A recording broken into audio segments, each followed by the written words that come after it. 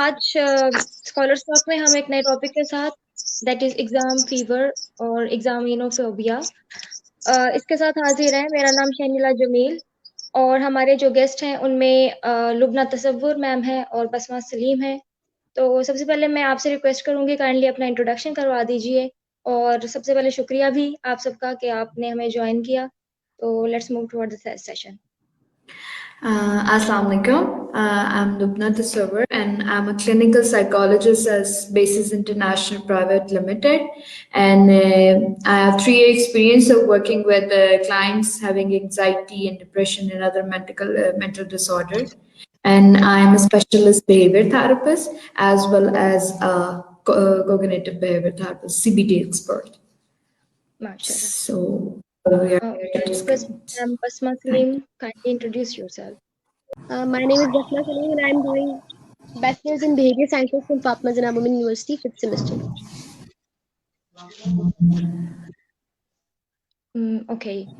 So moving toward the questions. So सबसे पहले मैं तो आपसे मतलब जैसे मैंने टॉपिक का नाम भी बताया एग्जाम की, तो इसका इंट्रोडक्शन पूछना चाहूंगी like how can you briefly define it. इसका भी कोई स्पेक्ट्रम होता है जस्ट लाइक अदर फीवर्स या अदर मेंटल इश्यूज, और इसके सिम्टम्स क्या होंगे exactly?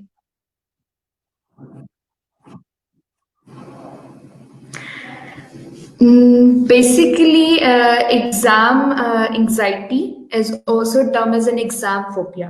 So, exam anxiety is something like it's a kind of pressures, the option of being a competition, the point where we are in a competition and we are in kind of a state that we are thinking about future ahead.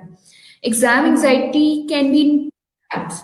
One is for physiological responses that you are getting sweaty, you are getting palpitations, you are having a heart rate than normal, and it's sometimes some people who are with very weak anxiety they can get even panic attacks.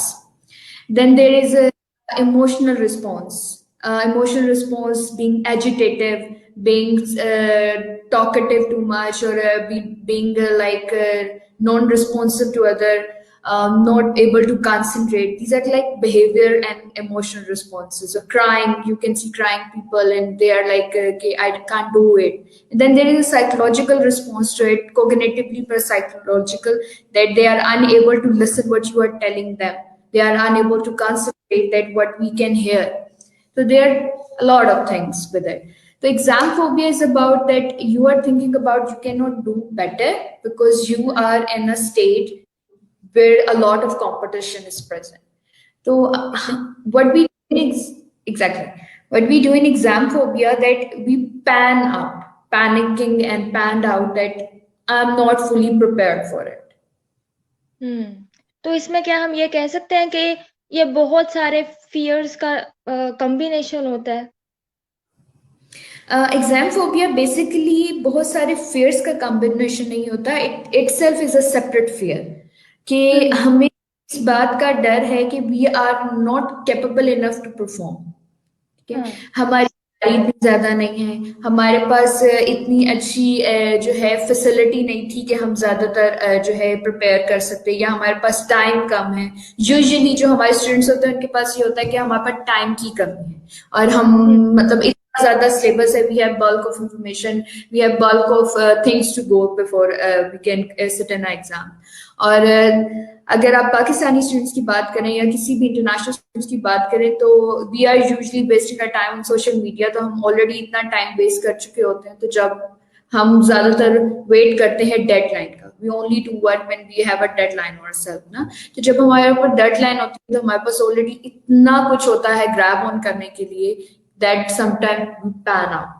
तो उस चीज को cover up करने के लिए आपकी जो body है जिस तरीके से रिस्पॉन्स आउट करती है, फिजियोलॉजिकली रिस्पॉन्स आउट करती है, आपके मसल्स टेन हो जाते हैं, you get into a flight mood situation ना, कि अब फाइट एंड फ्लाइट मूड हमारी सिचुएशन हो गई है।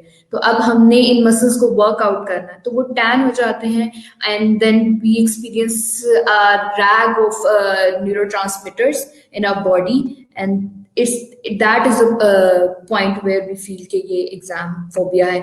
अदर देन कि ये ढेर सारी चीजों का मिलाप है, नहीं, ऐसा नहीं है. एग्जाम फोबिया बेसिकली आपकी अपनी पर्सपेक्टिव ऑफ थिंकिंग के साथ एसोसिएट होता है.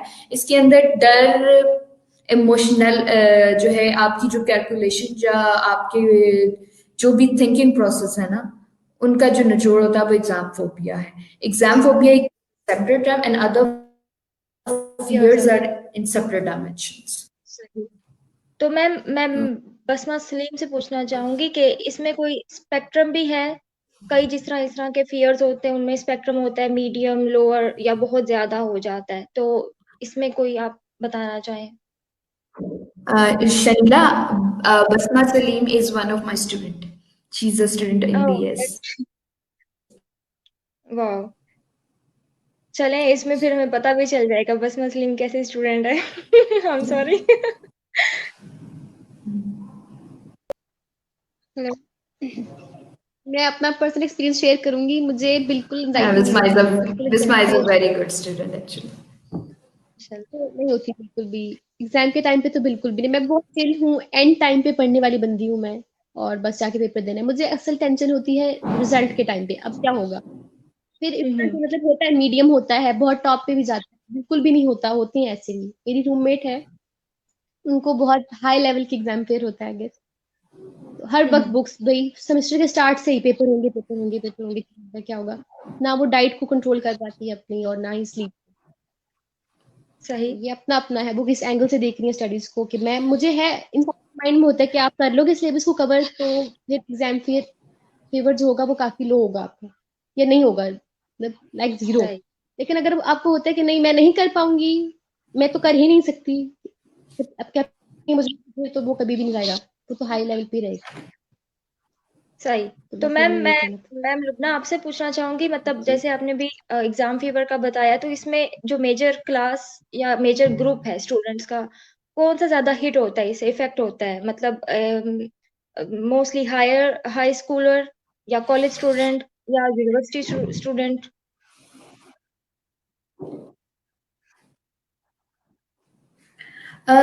जो मेजर क्लास या मेजर एज ग्रुप है ना, अगर आप एज ग्रुप की बात करें तो एज ग्रुप के अंदर आई थिंक जो मेजर जिनको एग्जाम फोबिया होता है, दे आर इंटरमीडिएट लेवल्स. हमारे यहाँ intermediate level is first year, just you can say कि हाई स्कूल. ठीक है, intermediate level is the level where you have to decide your majors. You have to decide your majors, that what you are going to do after life and what profession basically you are going to choose for yourself. At that point, they have the maximum amount of the maximum chart relies on that page in Pakistan, and it definitely in other countries is in high school level, because at that time you have to go for your proficiency and professional career building. Other than that, if we are not talking about the age group and we are talking about the specific class, then it is the class where we have people with less financial facilities, less financial support, but they are eager to work for themselves. Because exam phobia, for them, exam is just an opportunity to reach that goal, so they cannot be stay in that class anymore. They want to go for another level of class, so they don't feel what we have. Because with the financial support they are having, they have less opportunity to learn more. Like if we are talking about the people who have more financial support, they go for academies, they go for extra tuition, and the people who with the middle class, they cannot afford those things. Then and they are like, we are not prepared well. उसने इतनी तैयारी की है, उसने वहां से तैयारी की है, उसने वहां से पढ़ा है. तो उन लोगों के लिए ये जो एंजाइटी लेवल होता है वो थोड़ा ज्यादा होता है, क्योंकि उन्हें लगता है कि कंपटीशन बहुत ज्यादा है, और कंपटीशन को जीतने के लिए हमें जो चीजें रिक्वायर्ड हैं, we are not capable to afford that. हम वो अफोर्ड भी नहीं कर सकते हैं, लेकिन हमें कंपटीशन के अंदर भी हैं, और हमें कंपटीशन में उस लेवल तक भी जाना है कि हम कंपटीशन को पास भी कर सकें और हम नेक्स्ट लेवल पे जा सकें. So that what I am having right now, the next generation to me will not have that kind of stress. तो the basic age group is for intermediate and the basic class is with less financial support. तो आपने भी जैसे competition की बात की, तो जो टॉपर्स हैं मोस्टली वो इस चीज को बहुत कंसिडर करते हैं, लाइक मोस्टली जो मीडियम स्टूडेंट्स होते हैं वो इतना पॉइंट्स को नहीं देखते या सीजीपीए को इतना कंसिडर नहीं करते, बट मोस्टली टॉपर्स इस चीज को बहुत लाइक कंसिडर भी करते हैं और लाइट नहीं लेते। तो क्या मोस्टली टॉपर्स में एग्जाम फोबिया कॉमन हो सकता है, लाइक हर एक में, या मेजोरिटी? टॉपर्स के अंदर एग्जाम फोबिया नहीं होता। We really need to define कि एग्जाम फोबिया बेसिकली क्या है। जो हमारे टॉपर्स होते हैं ना, उनके अंदर एग्जाम फोबिया नहीं होता, उनके अंदर होता है कंपटीशन फोबिया। ठीक है, उनके अंदर होती है where I am I should not be down that, I need to be at that point. ठीक है, एक जो फर्स्ट पोजीशन लेने वाला बंदा है कहेगा कि this is my level, so I don't want to let myself down. तो वो कंपटीशन में उस तरीके से नहीं होते हैं, वो एक तरीका, उनका कंपटीशन एक अलग होता है। उनके अंदर एग्जाम फोबिया नहीं होता, उनके अंदर फेयर ऑफ फेलियर होता है, जिसको हम कहते हैं procrastination. Procrastination is something different, exam phobia is something different else. तो एग्जाम फोबिया जो है वो नॉर्मल होता है, नॉर्मल इस लेवल है कि we really need to have something. मतलब अगर आपको एंजाइटी नहीं हो रही तो आप प्रिपेयर भी उस हिसाब से नहीं करोगे। तो sometime we do need to muscle put और muscles in a flight and fight situation. It doesn't mean कि आपका एग्जाम है तो आप बिल्कुल चिल आउट करेंगे। आप चिल आउट करेंगे तो you won't prepare for much. So you have to be in a flight fight situation. लेकिन उस एंजाइटी को आपने जो है एलिमिनेट कैसे करना है, उसको कवर अप कैसे करना है, उसकी मेंटेनेंस कैसे करनी है। अगर आप बहुत चिल रहेंगे तो you are not in a position where you can fight. अगर सर्वाइवल ऑफ द फिटेस्ट है ना, we all in the living a theory of survival of the fittest. Fittest बनने के लिए we need to be in a competition, we need to be in a flight and fight mood. तो हमने chill out नहीं करना, हमने सिर्फ maintenance रखनी है। सही। एग्जाम फोबिया उन लोगों के लिए ज्यादा बुरा हो जाता है फिजिकल अराउजल्स हो रहे होते हैं, जिनकी स्वेटिंग हो रही होती है, जिनकी पैल्पिटेशंस बहुत ज्यादा हो जाती है, जिनको ब्रीदिंग प्रॉब्लम हो रहा था। तो एग्जाम फोबिया है मेनी स्टेजेस। तो आप किस स्टेज पे लाई कर रहे हैं, that is important. If you are on extreme level कि आपको पैनिक अटैक्स आ रहे हैं, then you need to consult somebody. If you are having just emotional and cognitive levels, तो आप उसको मेंटेनेंस देते हैं। और इमोशनल लेवल पे आपको बेसिकली मिल जाता है कि आपको पेरेंट्स की तरफ से बहुत ज्यादा प्रेशराइज कर रहे हैं कि जी तुम्हारा इतना ही ग्रेड आना चाहिए। तो वहां पे जो है आपने जो है अपने प्रेशर्स को मेंटेन करना। तो इसमें जैसे अभी आपने काफी चीजें, काफी फैक्टर्स बताए कि क्या कुछ स्टूडेंट को इफेक्ट कर रहा होता है, क्या कुछ इस फीवर को बिल्डअप कर रहा होता है। तो इसमें फिर अगर जनरली बात करें तो क्या ज्यादा इम्पेक्ट कर रहा होता है, हमारा एग्जामिनेशन सिस्टम या कम्प्लीटली एक टीचिंग मेथोडोलॉजी से रिलेटेड है? जैसे कि अगर एज ए स्टूडेंट मैं भी बात करूं तो कभी कभी कुछ टीचर्स या कुछ इन्वायरमेंट इतना आपको खौफजदा कर देता है, जैसे कुछ पेपर्स के बारे में, जैसे CSS हो गया है, PMDC, MCAT, ECAT, लाइक ये तो बहुत मुश्किल है, ये तो मतलब बहुत कर ही नहीं सकते हो। मतलब टीचिंग मेथोडोलॉजी से रिलेटेड है या फिर हमारा एग्जामिनेशन सिस्टम इसको ज्यादा बिल्डअप करता है, मतलब ज्यादा खौफजदा करता है स्टूडेंट को एग्जामिनेशन सिस्टम में, जैसे हमारा बोर्ड आ जाता है बोला कि कुछ बच्चे back to your questions. Basically हमारे पास जो एग्जाम्स हैं, आप कह रहे CSS है और MCAT है, IELTS है वगैरह, ये सारे जो एग्जाम है दीज आर प्रोफेशनल एग्जाम्स। और इनमें ये है कि आपको थ्रू आउट करना पड़ता है to set up a goal. Basically आपने एक गोल अचीव करना है तो आप जो है आप किसी फील्ड में होंगे। आई प्रेफर, और जो एक्सपीरियंस है, और जितने लोग मतलब जिन लोगों को as a student counsellor, as a career counsellor I have treated them and with that experience I would like to say कि हमारी जो टीचिंग मेथोडोलॉजी है, ठीक है, हमारी जो टीचिंग मेथोडोलॉजी है उस वो जो थोड़ी सी डिफरेंशिएट करती है। अगर आप डिफरेंट अकेडमीज में जाएं या डिफरेंट स्कूल्स में जाएं, कंपटीशन में नहीं जाना, अगर तुमने ये पास नहीं किया तो आगे बच्चे तुम्हारा कोई फ्यूचर नहीं है। ठीक है, अभी मैंने आसानी आसानी है, तो देर आर डिफरेंट पर्सपेक्टिव। तो हमारे जो टीचर्स हैं या हमारी जो टीचिंग मेथोडोलॉजी है, that vary institute to institute. अब अगर आप यूनिवर्सिटी स्टूडेंट्स हैं, ठीक है, आपने ऑनर्स के बाद मास्टर्स के लिए अप्लाई करना है, and you have to go of exams like IELTS है, जीआरई है, गैट है, तो all you are capable of doing कि जी आप घर पे तैयारी करें या ये करें, then you find yourself a need to guide you something ना। तो अब सीएसएस के बारे में डराया जाता है। CSS is very competitive exams, ठीक है, लेकिन अगर आप देखें कि आपको हर कोई प्रॉब्लम्स बताता है, they pick you only problems, they don't talk about the solutions. इसमें ये है, इसमें वो है, इसमें ये है, ये वाला ऐसे करना पड़ेगा, तुम्हें ये वाला ऐसे करनी पड़ेगी, लेकिन कोई आपको ये नहीं बताएगा कि अगर आप फेल हो जाएंगे तो आप क्या कर पाएंगे, अगर आप फेल होते हैं तो ये। टीचिंग मेथोडोलॉजी इस तरीके से डिफरेंशिएट करती है कि हमारे पाकिस्तान में यूजुअली फोकस किया जाता है ग्रामिंग पे। हमारे यहाँ बच्चों को रीडिंग्स पे नहीं फोकस करवाया जाता, उनको अंडरस्टैंडिंग पे फोकस नहीं करवाया जाता, उनको करवाया जाता है शॉर्टकट से, ग्रामिंग्स पे लगाया जाता है कि रट्टे मारो, कि जितना रट्टा मार सकते हो, जितना बल्क में तुम्हें इंफॉर्मेशन पता होगी। We are creating a generation who is hard worker, no doubt. We have a generation with hard work, but we have only 2% people who are doing a smart work, and all the world need और हमारी दुनिया को जिस चीज की जरूरत है ना, वो स्मार्ट वर्क की जरूरत है। हमारे पास बहुत सारे हार्ड वर्कर हैं, ठीक है, हम हमारे पास प्लांटी ऑफ पीपल्स हैं जिन्होंने बहुत ज्यादा मेहनत की है, वो दिन रात ही लगा मेहनत की है। अब लेकिन हमें रिक्वायर्ड है, क्योंकि हमारे पास अब वक्त की कमी है और हमें सोल्यूशंस जल्दी चाहिए, तो हमें स्मार्ट वर्कर चाहिए।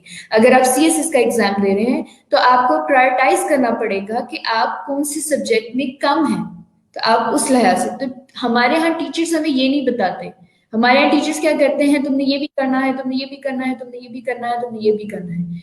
कोई ये नहीं बताएगा कि इसका 95% पोर्शन कर लो, इसका 65% पोर्शन कर लो, then you can go through this exam, कि तुम ये जो इम्तिहान है ये पास कर लोगे।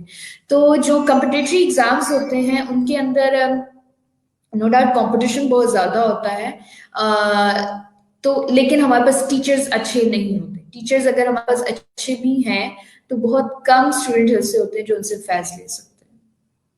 जिस तरह ये तो भी आपने सीएसएस की बात की, तो मैं फर्दर, आपने जैसे बताया था कि मोस्टली जो एक ग्रुप है वो मोस्टली इंटरमीडिएट स्टूडेंट्स होते हैं, तो उनके लिए मैं पूछना चाहूंगी like E CAT M CAT के जो पेपर्स होते हैं मोस्टली, उसमें अगर हम मेडिकल स्टूडेंट्स की बात करें तो वो परफॉर्म नहीं कर पाते when it comes to M CAT. मतलब मैं पर्सनली कुछ लोगों को जानती हूँ जिनको पैनिक अटैक्स हो जाते हैं एग्जामिनेशन हॉल में, नहीं परफॉर्म कर पाते, बेहोश हो जाते हैं। Same goes for E CAT. तो इसमें हमारे जो इंटरमीडिएट लेवल स्टडीज है उसमें तो ऑब्वियसली वो कंपटीशन लेवल या वो मेच्योरिटी लेवल नहीं होता, तो उसमें एग्जामिनेशन सिस्टम और यही टीचिंग मेथोडोलॉजी का क्या रोल है?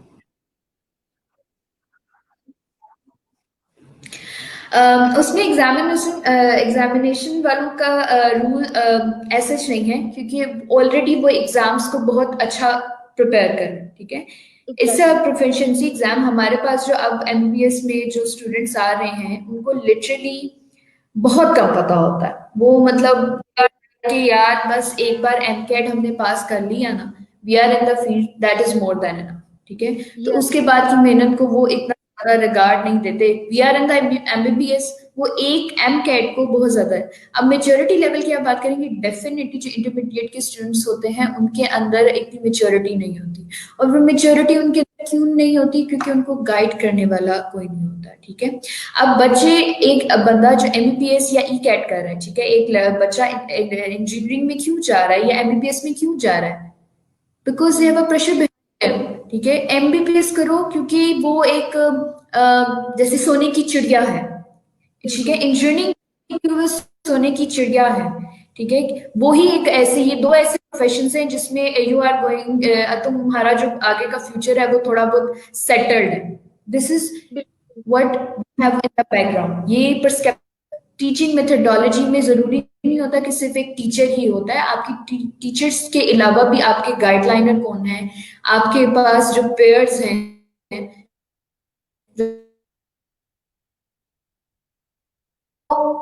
टीचिंग मेथोडोलॉजी की तरफ आए ना, तो हमें डिफाइन करना होगा कि बच्चे का इंटरेस्ट किस में है, उसकी स्किल्स किस में है। अगर बच्चा माँ बाप के कहने पे या उस प्रेशर के अंदर एमबीबीएस का एग्जाम दे रहा है, एमकैट का एग्जाम दे रहा है, और वो एमकैट में बैठा हुआ है और उसके सर पे सिर्फ ये तलवार टंगी है कि अगर मैंने ये पास कर लिया तो मेरे माँ बाप खुश हो जाएंगे, तो this is something he is, वो खुद से ये उसकी ख्वाहिश नहीं है करने की, वो सिर्फ किसी और के प्रेशर के अंदर या किसी को खुश करने के प्रेशर। तो दे आर जो है secondary emotions and primary emotions. तो वी हैव टू डिफाइन कि बच्चा जो उसमें बैठा है वो किस लिए बैठा है। लेकिन जो लोग अपनी पसंद से ये प्रोफेशन चूज करते हैं, वो उस प्रोफेशन को लेते भी उसी तरीके से हैं, वो उसको बहुत अच्छे से फुलफिल करते हैं, वो उसको परफॉर्म भी करते हैं, वो सब कुछ करते हैं। लेकिन जो लोग किसी और के प्रेशर्स में करते हैं या सिर्फ इसलिए कर रहे हैं because it is a good way to earn money, तो you will see the difference between them. हमें हमें उनमें डिफरेंस नजर आता है। तो टीचिंग मेथोडोलॉजी डेफिनेटली मैटर करती है। एग्जामिनेशन सिस्टम इसलिए मैटर इतना हमारे पास ये है कि डेफिनेटली जो नेगेटिव मार्किंग हो रही है उसका बहुत बड़ा इम्पैक्ट हो रहा है। बच्चे मतलब बहुत ज्यादा डरते हैं कि नेगेटिव मार्किंग है, हमें नहीं आता, तो हमारा गलत हो जाएगा, तो ये इतने इतने मार्क्स में हमारे कम होते जाएंगे। तो एग्जामिनेशन सिस्टम को थोड़ा सा रीडिफाइन होने की जरूरत है कि वो इंटरमीडिएट के लेवल पे, वो एमबीबीएस के लेवल पे क्वेश्चन ना बनाए या इंजीनियरिंग के लेवल पे ना बनाए। वो देखें कि उनके पास जो एवरेज पॉपुलेशन का आईक्यू है वो क्या है, और उस आईक्यू जाए। अगर उनको चाहिए ही 110% आईक्यू के लोग, तो फिर उन्हें एमबीबीएस जो इंटरमीडिएट में बायोलॉजी रखने वाले बच्चे हैं उनका पहले आईक्यू असेसमेंट करवा लेना चाहिए। एक बच्चा जिसने ऑलरेडी 4 साल 9 matric first year second year उसमें स्पेंड किए हैं बायो पढ़ने में, और उसका ये ड्रीम है और बाद में वो ये परफॉर्म नहीं कर पाता एमकेट, तो हमें बड़ा प्री स्कूल लेवल से ही जो चीजें हैं उनको फिर स्ट्रीमलाइन करना पड़ेगा। अगर हम एग्जामिनेशन सिस्टम की तरफ आते हैं, एग्जामिनेशन सिस्टम की तरफ हम इसलिए ज्यादा बात नहीं कर पाते क्योंकि एग्जामिनेशन सिस्टम अपनी तरफ से वो लोग 100% प्रोफिशिएंट बनना चाह रहे हैं कि हमें उसको examination system needs to be defined, लेकिन it need to be defined from a very preschool level. तो इसमें जैसे फर्दर मैं मतलब इलेबोरेशन के लिए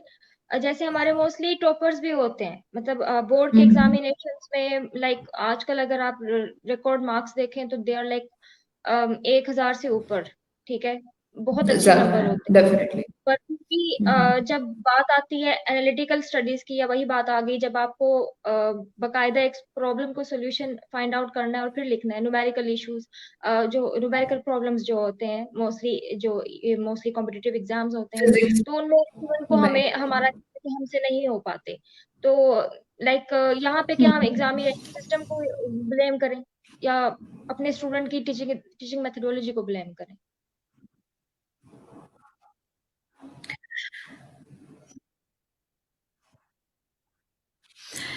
यहाँ पे मैं फिर से कहूंगी कि teaching methodology, because numerical issues जो होते हैं उसके लिए आपको बच्चों को वर्ड प्रॉब्लम्स के अंदर इन्वॉल्व करवाना चाहिए with the very start. Word problems जो होते हैं दे आर वेरी बेसिक, क्योंकि if you are good in solving word problems you have been get an expert, मतलब अगर आपने वर्ड प्रॉब्लम सॉल्व की है तो आपको थोड़ा बहुत जो है ना शॉर्टकट से इश्यूज को सॉल्व करना आ जाता है। इश्यूज हैं, अरिथमेटिक इक्वेशंस हैं, आपको वो आ जाती हैं, मल्टीप्लिकेशन डिविजन ये आ जाती हैं। एग्जामिनेशन सिस्टम न्यूमेरिकल क्वेश्चंस डालता है, और वो ज्यादा इसलिए डालता है ताकि अगर आप हमारे एग्जामिनेशन सिस्टम को देखें ना, तो हमारे अनफॉर्चुनेटली हमारा एग्जामिनेशन सिस्टम ये सोचता है कि जो हमारे इंटरमीडिएट के लेवल के बच्चे हैं ना, वो वही बच्चे हैं जो बाहर के बच्चों, जो सेकेंडरी जो आपके हाई स्कूल्स के बच्चों की एक लेवल है। अगर हम हमारे एग्जामिनेशन सिस्टम की बात करें, कैट कैट इनकी, उनको लगता है कि जो पीछे से हमारे बच्चे आ रहे हैं ना, बच्चे जैसे बाहर के बच्चों के हाई स्कूल के बच्चे होते हैं। अब हाई एक अगर आप फॉरेन एजुकेशन की तरफ जाएं तो उनके हाई स्कूल के बच्चों के अंदर के पास सिर्फ एक मेजर नहीं होता, उनके पास डिफरेंट मैथमेटिक्स में भी कर रहे होते हैं, वो केमिस्ट्री भी कर रहे होते हैं, फिजिक्स भी कर रहे होते हैं। हमें तो केमिस्ट्री और फिजिक्स से इंट्रोड्यूस ही 8-9 में करवाया जाता है ना, उससे पहले तो हमारे पास जनरल साइंस होती है, और जनरल साइंस में हमारे पास कुछ भी नहीं है। और 8 क्लास से पहले we totally have the cramming, हमारे पास क्रैमिंग है। हमारे बच्चे को ये नहीं पता कि क्या है, लिक्विड क्या है, उनको डेफिनेशंस पता है लेकिन उनको एक्चुअली लाइफ में नहीं पता। तो have a practical study, that's why we fail in this examination system. अपनी एक जिस अप्रोच से चला आ रहा है उसको वो अप्रोच चेंज करने की जरूरत है, और हमारे स्कूल मेथोडोलॉजी को जो है वो एक न्यू अप्रोच के साथ चलने की जरूरत है। वी डू नो कि हमारे सिलेबसेस रिवाइज हो गए हैं, लेकिन अगर आप एक 9 मैट्रिक या फर्स्ट ईयर सेकंड ईयर के बच्चों की बुक्स देखें तो they are like in bulk this big, लेकिन उसको में से आता कुछ भी नहीं होता, उनको सिर्फ याद होता है ये किया ये किया ये किया। अगर आप उनसे पूछें कि आपने ये इसको प्रैक्टिकली की या तो नहीं, हमारे पास प्रैक्टिकल में लैब्स में इक्विपमेंट्स नहीं होते। कौन से गवर्नमेंट स्कूल आप देख लें, आप जितने भी गवर्नमेंट, अगर हम गवर्नमेंट लेवल पे बात कर रहे हैं या हम जो है प्राइवेट सेक्टर के बारे में बात करें, प्राइवेट सेक्टर्स के पास इक्विप्ड लैब हैं but they don't let student to perform. हमारे हाथ लगाने देते sometimes that this is so expensive। exactly that's the thing। बिल्कुल। तो नेक्स्ट मैं इसमें फिर आपसे पूछूंगी, लाइक हमने अभी सिस्टम की बात कर ली और हमारी जो मेथोडोलॉजी है, तो फर्दर अगर हम इन दोनों को ही आइडियलाइज करें कि फैमिली भी सपोर्टिव है, सॉरी सिस्टम भी अच्छा है, ठीक है, मोस्टली प्राइवेट सेक्टर की अगर बात करें तो चलो लाइक उनकी टीचिंग मेथोडोलॉजी अच्छा होता है और फर्दर सिस्टम भी चले, इसमें भी कोई इतना खास इशू नहीं है। तो फर्दर अगर फैमिली और इंस्टीट्यूशन कहाँ फिर अपना रोल प्ले करते हैं इसमें, लाइक क्या ये कम्प्लीटली इंडिविजुअल इशू हो सकता है इन सारे फैक्टर्स को अगर निकाल दिया जाए कि जिस तरह सब कुछ आइडियल है बट स्टिल एक बच्चा जो है या एक कैंडिडेट है वो परफॉर्म नहीं कर पा रहा, तो is it like completely individual issue हो सकता है या नहीं? In multiple cases, it might be an individual case, लेकिन उसमें भी ये है कि बच्चे का IQ लेवल क्या है, बच्चे का इंटरेस्ट क्या है। अगर एक बच्चे का इंटरेस्ट मेडिकल में नहीं है, ठीक है, and he force through the family, या फिर चलो उसने सिर्फ अपनी पर्सनल चॉइस से ना, we are known by the choices we make, हम अपनी जो चुनना, जो हमारा चुनाव है हम से पहचाने जाते हैं। तो हमने चुन लिया है कि हमने मेडिकल में जाना है, लेकिन हमें ये नहीं पता कि क्या हमारा जो कोग्निटिव एबिलिटी है, जो हमारी ज़हनी सलाहियत है, वो उसको पूरा कर भी सकती है या नहीं। तो डेफिनेटली ये इन लेवल पे भी मैटर करता है। लेकिन फिर एज आई सेड कि हमारे पास जो फैमिली है या इंस्टीट्यूट है वो भी मैटर करता है, क्योंकि हमारे यहाँ जो भी इंस्टीट्यूट, वहां पे अगर आप इंडिविजुअल लेवल पर आ जाए ना, तो यू विल आपको बहुत से ऐसे बच्चे मिलेंगे जो जिनके अंदर certain level neural developmental disabilities हैं। जैसे कुछ बच्चे हैं जिनके अंदर एक डिसऑर्डर है जिसके अंदर बच्चों को ये नहीं पता होता कि वो स्पेलिंग मिस्टेक्स करते हैं, कि उन्हें वो जो वोवल वर्ड है AEIU उनको कॉम्प्रिहेंड नहीं कर पाते जब वो स्पेलिंग्स लिख रहे होते हैं, उनकी मल्टीपल स्पेलिंग मिस्टेक्स होती हैं एंड वीक इम्प्रेस। और इस बात पे उनको बेसिकली इंस्टीट्यूट्स के अंदर बुली किया जाता है। अगर आप 9 मैट्रिक फर्स्ट सेकंड ईयर के रूट लेवल पे जाएं तो आप देखेंगे कि बहुत से बच्चे हैं जो उनका उनके ब्रेन के कुछ पार्ट्स होते हैं, हमारे वी हैव अ ब्रेन जिसके अंदर मल्टीपल पार्ट्स होते हैं, डिफरेंट हमको डिफरेंट काम करने के, हमारी क्रिस्टलाइज इंटेलिजेंस है, हमारी जो है डिफरेंट इंटेलिजेंस लेवल है ना। तो कुछ बच्चों की इंटेलिजेंस लेवल पे भी डिपेंड करता है कि वो मे बी उस इंटेलिजेंट लेवल पे वेरी ना जो है पूरे ना उतरते हों, लेकिन क्योंकि वो उस ब्रांच के अंदर हैं तो फिर वो परफॉर्म नहीं कर पाते। और जब एक दफा वो इस चीज को देख लेते पाते तो सर्टेन एग्जाम्स के अंदर जब बैठते हैं तो उनके अंदर एक उनके back of the mind unconscious level में एक चीज पाई जाती, एक चीज लाशोर में बैठी होती है कि मैं नहीं कर पाऊंगा, ये मेरी स्किल नहीं है, मैं इसमें अच्छा नहीं हूँ, मुझे इस मुकाम पे इसके लिए बुली किया गया या मुझे मेरी इंसल्ट हुई। क्योंकि जो हमारी जो लेवल है ना इंटरमीडिएट या यूनिवर्सिटी लेवल को बातें, तो एक चीज है कि हमारे जो हार्मोनल लेवल होते हैं बड़ी रीच होते हैं, प्यूबरिटी है बेसिकली। तो उसमें ये होता है कि हमें सबसे ज्यादा चीज जो अफेक्ट करती होती है वो है सोशल इंटरेक्शन। हम किस चाहे उसको ये पता है कि अच्छा ये इसमें स्किल नहीं है, या तो वो उसके ऊपर कंपलसेटरी बिहेवियर लगा के उसको पूरा करता है। अगर वो नहीं पूरा कर पा रहा तो वो डेफिनेटली जब एग्जाम में बैठेगा और उसको पता है कि यार ये मेरी शॉर्ट कमिंग्स हैं, ठीक है, और मुझे लोगों ने इस बारे में बताया, लोगों को पता भी है, और मैं ये नहीं परफॉर्म कर पाऊंगा, तो वो पैनिक अटैक्स भी उनको होते हैं, वो जो है वो उसमें पैल्पिटेशंस भी होती हैं, वो बहुत ज्यादा वर्कआउट करते हैं। सही। तो तो Basma, क्या इस इंडिविजुअल सही। जी Basma, are you available now? I ji guess बस जी। तो बस मैं जैसे अभी मैम ने भी काफी अच्छे से हमें एक्सप्लेन कर दिया, फिर से मैं आपकी तरफ मूव करूंगी कि आप कहाँ देखती हो लाइक फैमिली और इंस्टीट्यूशन का role as a student perspective. मतलब एज ए प्रोफेशनल पर्सपेक्टिव तो मैम ने बताया हमें, लेकिन स्टूडेंट एज ए स्टूडेंट है या एज एन इंडिविजुअल हम क्या एक्सपेक्ट कर रहे होते हैं और हमें आउटपुट में क्या मिल रहा होता है। मैं भी यही आईक्यू वाली बात करना चाहूंगी। एक बच्चे में जितनी कैपेबिलिटी है वो उतना ही उसका आउटपुट आएगा, जितना वो देगा उतना ही इन रिटर्न उसको मिला। हम्म अगर आपकी फैमिली है, ठीक है, वो जितने आपके मार्क्स आ रहे हैं वो इसको एक्सेप्ट कर रही है, टीचर्स भी आपके अच्छे हैं, फिर भी जितना आप पढ़ रहे हो उतना आपका रिजल्ट आएगा। सही। तो नेक्स्ट जो अभी फैमिली इंस्टीट्यूशन सिस्टम सब कुछ हम प्रॉब्लम्स डिस्कस कर लिए, सिम्टम्स डिस्कस कर लिए, तो नेक्स्ट अगर हम ट्रीटमेंट की बात करें और टिप्स की बात करें इसको ओवरकम करने के लिए, तो क्या कुछ है और कब हम अपनी पर्सनालिटी पे काम करना शुरू कर सकते हैं एज एन इंडिविजुअल। अगर हम में ये फीवर है तो उसको ओवरकम करने के लिए हमें कब रियलाइज होता है और हमें कब अपने ऊपर काम करना शुरू कर देना चाहिए कि नहीं, it's a bad thing, I should overcome it.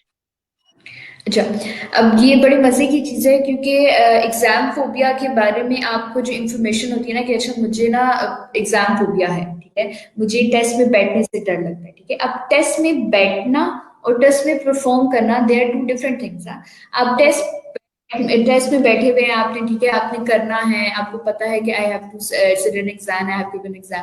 अब आप कह रहे हैं कि जी मैंने जो है एग्जाम की तैयारी करनी है। आप एग्जाम की तैयारी की कैसे, ठीक है, आपके पास बल्क ऑफ सिलेबस है, ठीक है, आपने उसको पता है कि आपको एग्जाम फोबिया है, आप पैनिक कर जाते हैं, तो आपने उसको मेंटेनेंस कैसे करनी है। ट्रीटमेंट के लिए मैंने आपको बताया था कि हमारे पास एग्जाम फोबिया की भी डिफरेंट लेवल्स हैं। अगर आप एक्सट्रीम लेवल पे है ना कि आपको पैनिक अटैक्स होते हैं और आपको जो है वो प्रॉपर आप बेहोश हो जाते हैं, देयर आर अलॉट ऑफ बहुत सारे लोग हैं जो एग्जैक्टली एम कैट या सीएसएस के एग्जाम देते तो बीच में बेहोश हो जाते हैं ना, या फिर बहुत से स्टूडेंट्स होते हैं जो एग्जाम देते सो जाते हैं।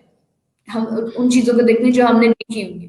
तो इस ये चीजें हैं कि जिन लोगों को पता है कि उनको एक्चुअली पैनिक अटैक्स पहले भी हुए हैं, तो they have to consult a professional. लेकिन वो बच्चे जिनको नॉर्मल लेवल की एंजाइटी होती है, कि नॉर्मल लेवल से थोड़ी सी ज्यादा एंजाइटी होती है कि चीज बैठी है, मुझसे कुछ हो नहीं रहा। मैंने बहुत सी लड़कियां देखी हैं जो कहते हैं हाय पेपर है, पता नहीं क्या होगा, ये होगा वो होगा, मतलब मुझसे तो मुझे ये भी नहीं आता, मुझे वो भी नहीं आता। तो उनके लिए सिर्फ इतनी सी इतना सा ट्रीटमेंट मैं दूंगी कि अपनी लाइफ को या अपने सिलेबस को या अपने करियर को ना, जब आपने कोई एग्जाम जैसे एम कैट आपने फॉर एग्जाम्पल देना या ई कैट देना, तो आप अपने सिलेबस को चंक्स में डिवाइड, यूजुअली सब यही कहते हैं कि आप चंक्स में डिवाइड करें, लेकिन चंक्स में डिवाइड कैसे करना है कि ये नहीं कि मैंने 10 दिन फिजिक्स को दे दिए, मैंने 10 दिन केमिस्ट्री को दे दिए, या मैंने 20 दिन जो है वो बायो को दे दिए।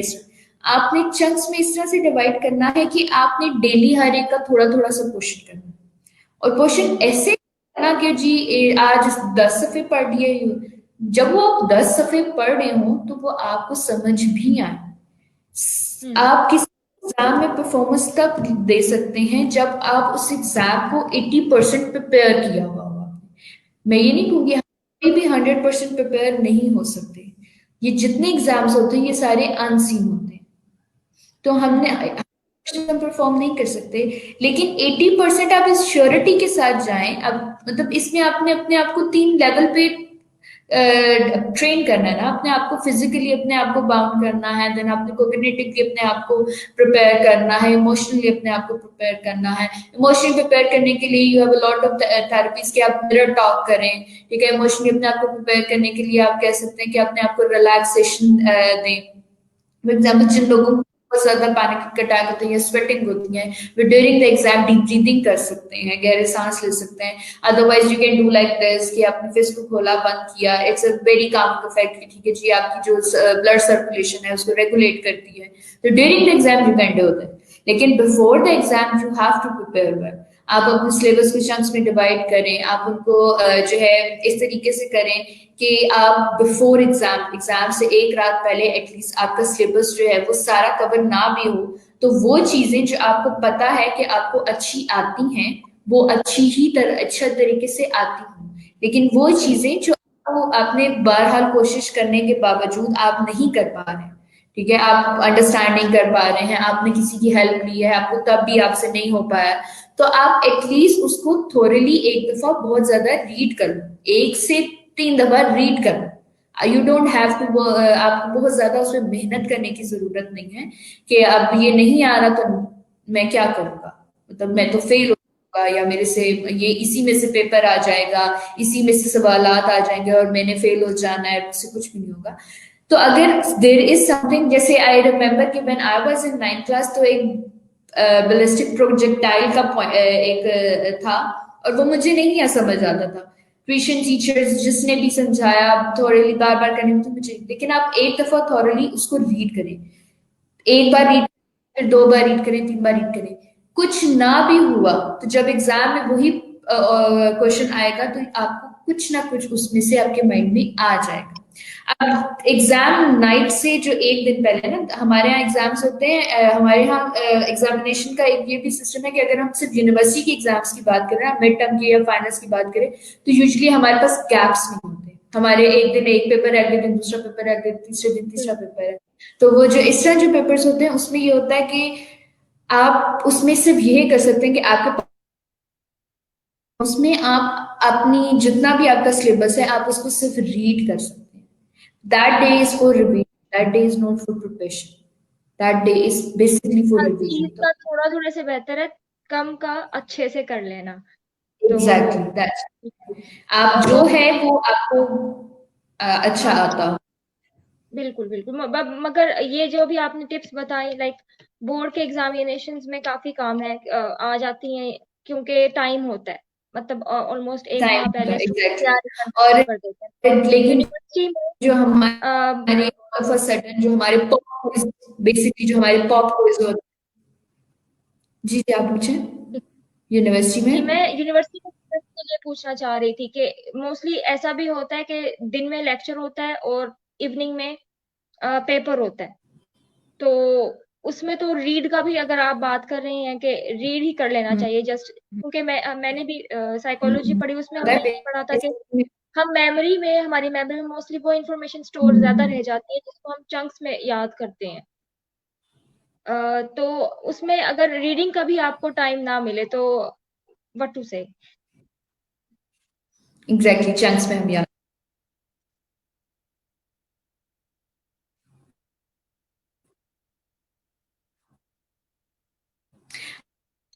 अच्छा, जो आप बात करें आपको दिन में लेक्चर की, ये है कि अब इट डिपेंड्स कि आप जब लेक्चर के अंदर थे आपने पूरा सुना या नहीं,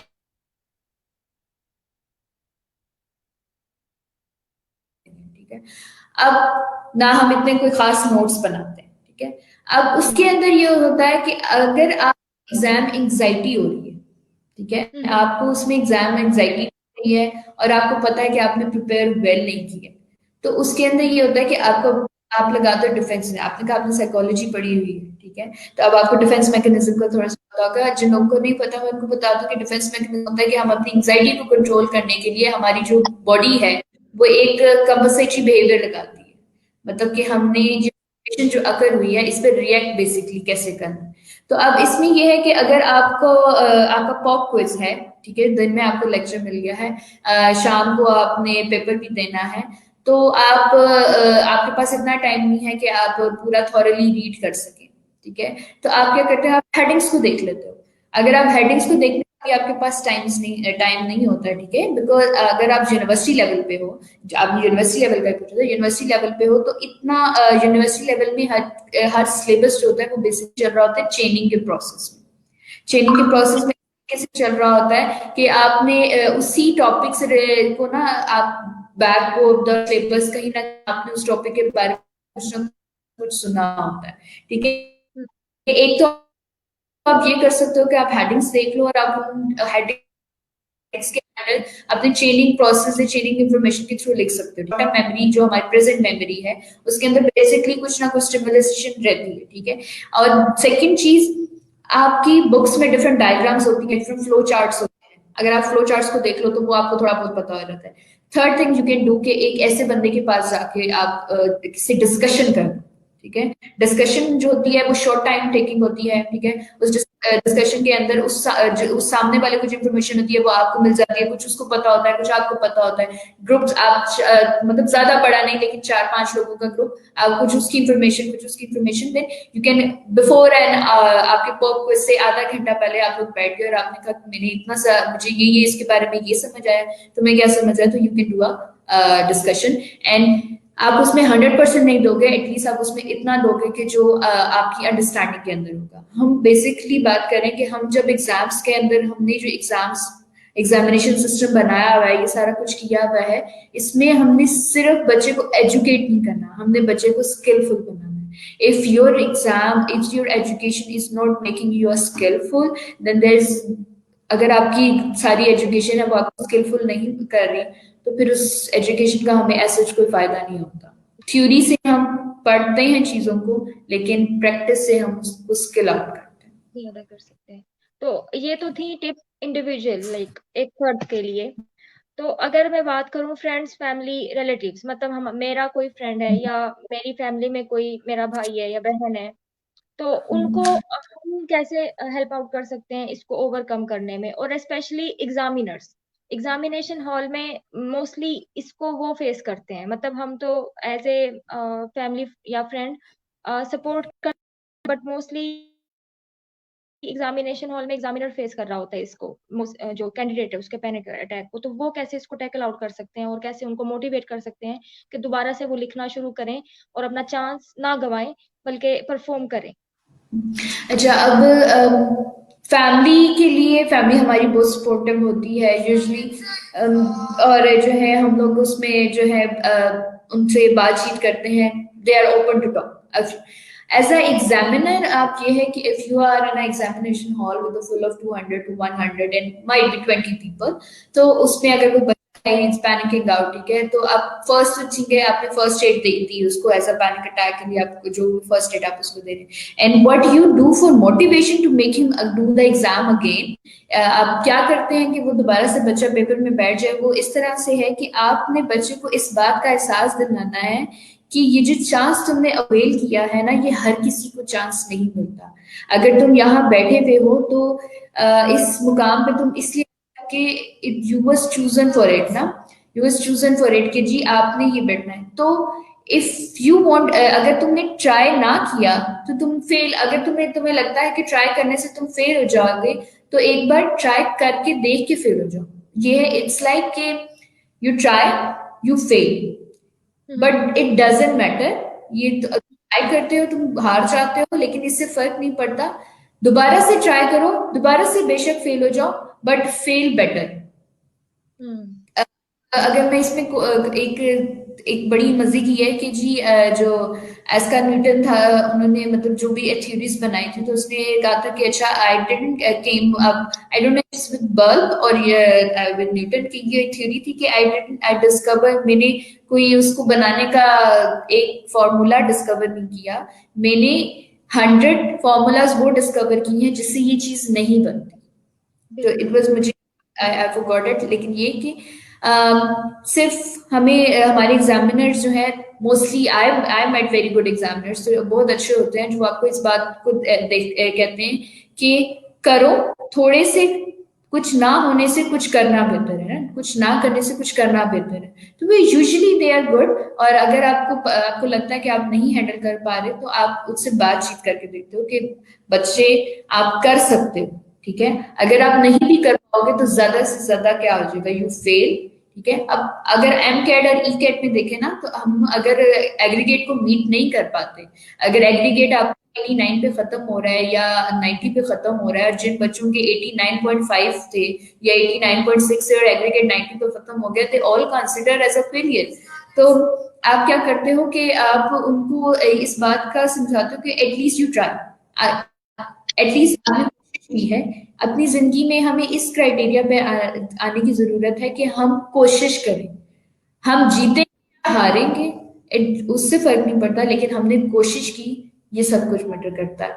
तो एग्जाम कैन बी, वो मतलब इस तरह से बच्चे को मोटिवेट कर सकते हैं कि it's a lifetime one time achievement, कि तुम बैठे हुए हो, you get the opportunity to do it.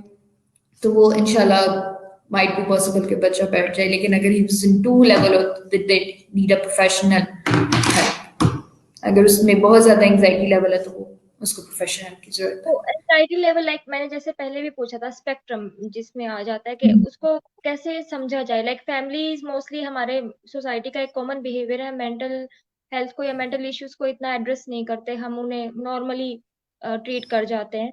Same goes for some families के किसी उनके बच्चे को या बच्ची को है ये फीवर है, but they say like it's normal thing, like cope up it. तो उसमें कैसे पता चले कि इस कैंडिडेट को या इस स्टूडेंट को कंप्लीट ट्रीटमेंट की जरूरत है। अच्छा, अब एग्जाम फोबिया के अंदर ना, हमारी किसी भी एग्जाइटी लेवल के, अगर आप किसी भी फोबिया में हैं, किसी भी एग्जाइटी पे हैं, तो हमारे पास होते हैं, प्रोफेशनल लेवल पे नहीं, लेकिन हमारे यहाँ एक चीज लैकिंग करती है कि हमारे स्कूल्स या इंस्टीट्यूट में ना स्टूडेंट काउंसलर्स हैं। कुछ प्राइवेट सेक्टर्स के हैं, लेकिन हमारे मेजोरिटी गवर्नमेंट लेवल पे ले लें, आप कहीं भी ले लें, ठीक है। आपको हार्डली किसी डीएच की, पाकिस्तान में जो हमारा गवर्नमेंट हॉस्पिटल है डीएच की, वहां पे हार्डली कोई साइकोलॉजिस्ट नजर आएगा, ठीक है। तो अगर हम घर की बात करें ना, तो घर पे बड़े बहन भाई अगर वो इतने अच्छे हैं, if they are that much concern, और या आपकी फैमिली में कोई भी ऐसा है जो कंसर्न है, ठीक है। एक तो ये कि आपको खुद पर्सनली अपना ख्याल रखना है। वी आर, हम दुनिया में अकेले आते हैं और हमने दुनिया से अकेले ही जाना है, तो यू पर्सनली नो योरसेल्फ, ठीक है। अगर आपको लगता है कि you are in this state, तो आपको थोड़ा सा ये है कि आपको हेल्प खुद अपने लिए करनी होती है।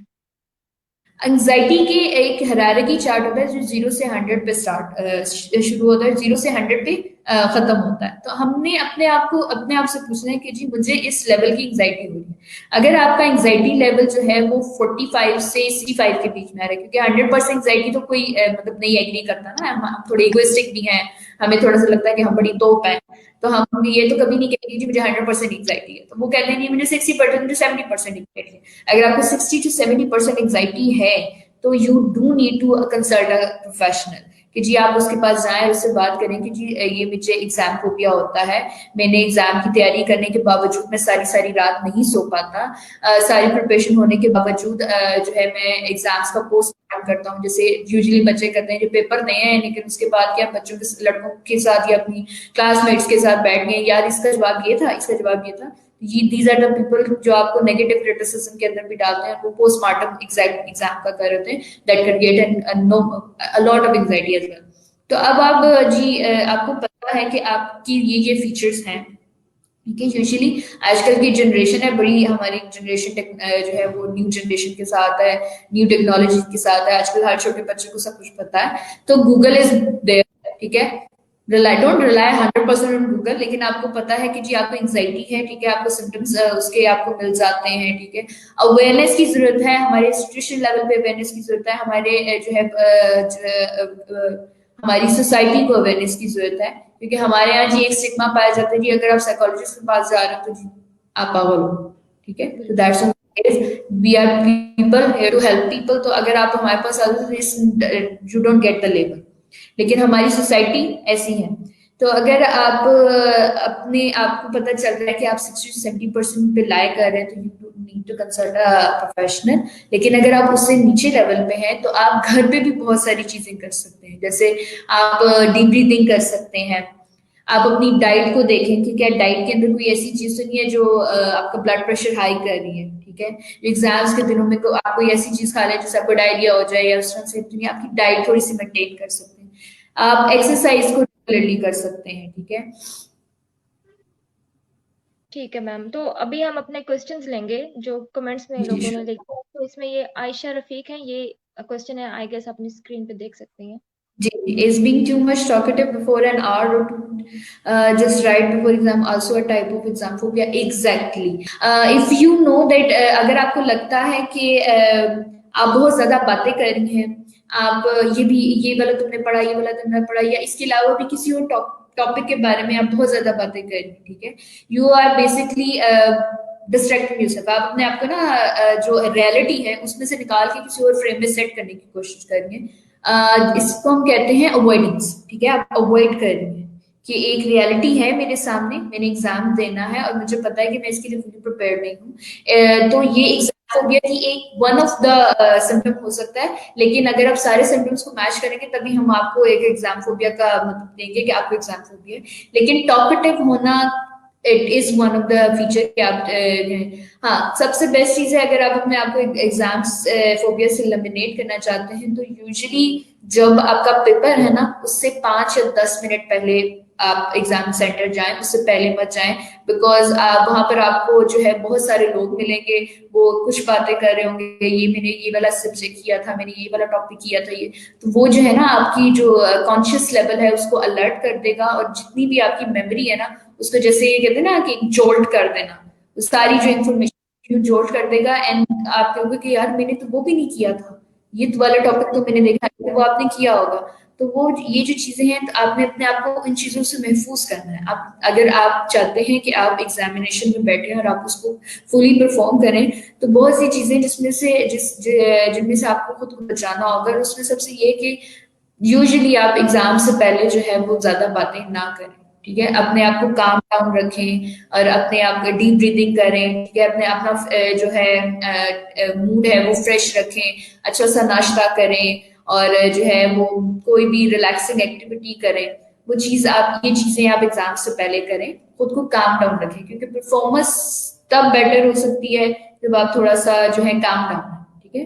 फ्लाइट से पहले आपको पहले अपने पर जो होते हैं वो नीचे रखने पड़ते हैं, आपने माहौल को देखना है एंड देन आपने अपने पर फैलाने होते हैं। तो उसके लिए थोड़ा सा आपको करना होगा। सही, तो हमारे पास दूसरा क्वेश्चन है, कामरान भाई ने ये क्वेश्चन किया है कि सोशल मीडिया कैसे इसको बढ़ा रहा है, और इट्स वेरी इंटरेस्टिंग क्वेश्चन।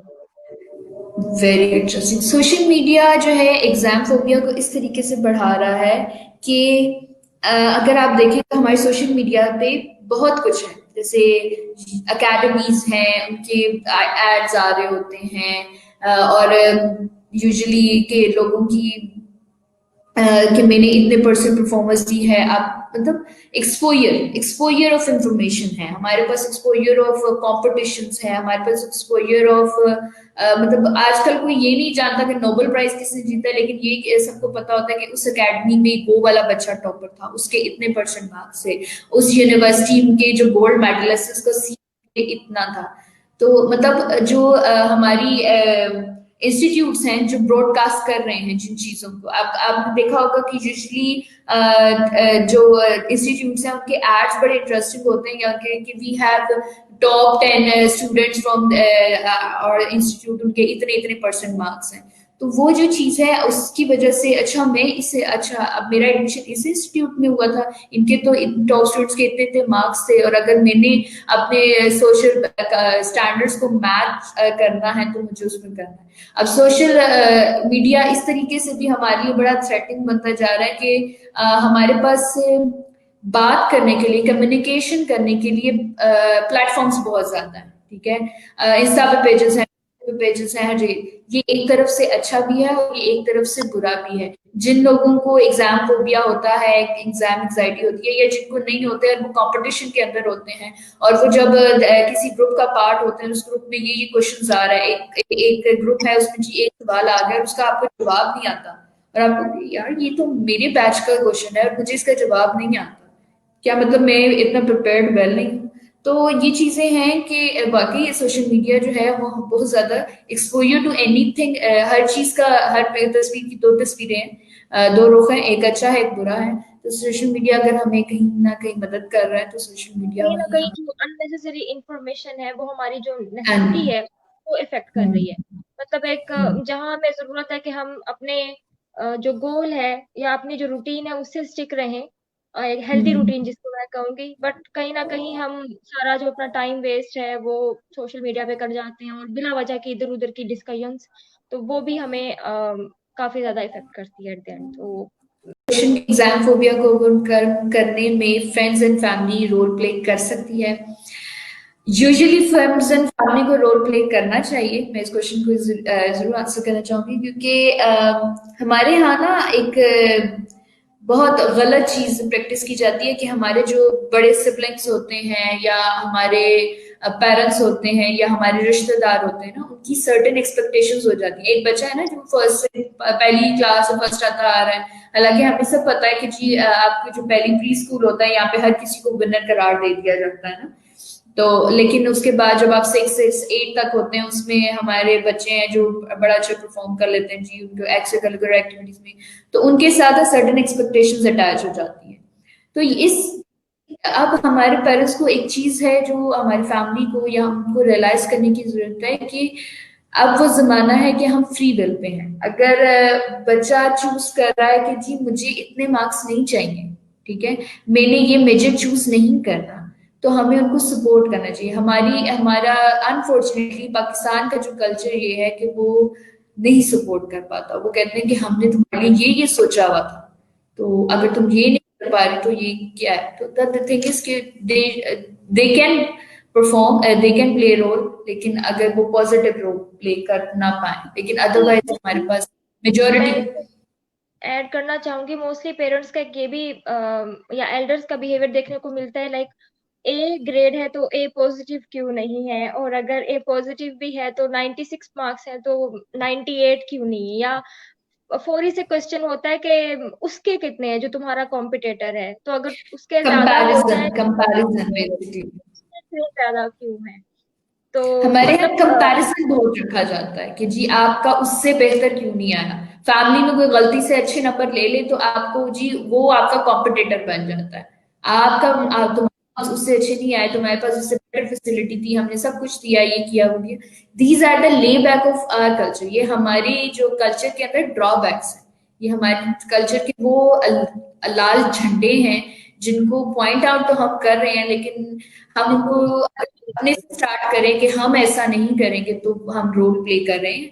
अगर हम अपने ऊपर ये चीजें नहीं ले रहे, हम सुनते हैं लेकिन हम अपने ऊपर ये चीजें नहीं ले रहे, हम उनकी फ्री विल को जो है उनको नहीं दे रहे, तो फिर definitely we are not playing the role हमें जो हमें करना चाहिए। ये भी एक कॉमन बिहेवियर है, मतलब हमारी सोसाइटी में या एल्डर्स में हम मोस्टली एक प्रॉब्लम डिस्कसर्स हैं, हमें प्रॉब्लम डिस्कस करने में टाइम लगाते हैं, इंस्टेड हमें सॉल्यूशन डिस्कस करने चाहिए। और यही देखते देखते हम हमारे जो बच्चे हैं या इस वक्त जो हम जिस स्टेज पर हैं, हम भी यही देखते देखते बड़े होते हैं और यही बिहेवियर डेवलप कर रहे होते हैं, और कल को वी कांट एक्सपेक्ट या हम प्रिडिक्ट नहीं कर सकते कि हम कैसे होंगे। तो आई गेस इसमें कहीं ना कहीं हमें एज ए सोसाइटी भी इसको एड्रेस करने की जरूरत है कि कंपैरिजन की बजाय हम अगर अपने आप को देखें और अपने आप को सुधारें या अपने घर का जो माहौल है उसको ज्यादा अच्छा रखें, तो कहीं ना कहीं एग्जैक्टली वो भी सभी उसका फायदा उठाएंगे। कहते हैं ना, वो कतरा कतरा कुलजुम, थोड़े थोड़े से एफर्ट से हर कोई फायदा ले जाता है। तो ये बड़ी एग्जैक्टली इम्पोर्टेंट बात है, नो डाउट। तो चले ma'am, it was a very productive session. Seriously कुछ बातें ऐसी थी जो मुझे भी नहीं पता था एज ए स्टूडेंट। मैं नहीं कहूंगी कि मुझे बिल्कुल भी नहीं, I am a very chill student, और मुझे खुद एनजाइटी हो जाया करती थी। But with the passage of time, जब आपको पता चल जाए, आपकी मेच्योरिटी लेवल अच्छा हो जाए, तो इंडिविजुअली आप खुद भी अपने आप को ग्रूम अप कर सकते हैं, अपनी सेल्फ ग्रोथ पे खुद भी Exactly. हमें काम करना चाहिए, क्योंकि सिस्टम से तो हम जितनी मर्जी शिकायत कर ले, हम शिकायत ही कर सकते हैं, हम उसे बदल नहीं सकते। और सिस्टम को बदलने के लिए या सोसाइटी बिहेवियर को बदलने के लिए एक लंबा अरसा चाहिए होता है। बट उससे पहले अगर हमें ये स्टेप लेना ही है तो हमें अपना आप बदलना होगा। तो इंडिविजुअली Exactly. एक्सपेक्ट के अपने आप से भी, और मेरी अपनी जितने भी ऑडियंस में लोग हैं, कि हम अपना अगर रोल प्ले कर लें अपने लिए ही, तो it will be grateful, like सबके लिए ही बेहतरीन हो जाएगा। तो thank you so much ma'am, again आपने हमें ज्वाइन किया। और बसमा, थैंक्स टू यू टू। और यहाँ पे हम अपना सेशन एंड करेंगे।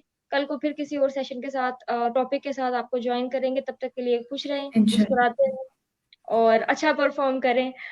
Thank you so much. Allah Hafiz. Allah Hafiz.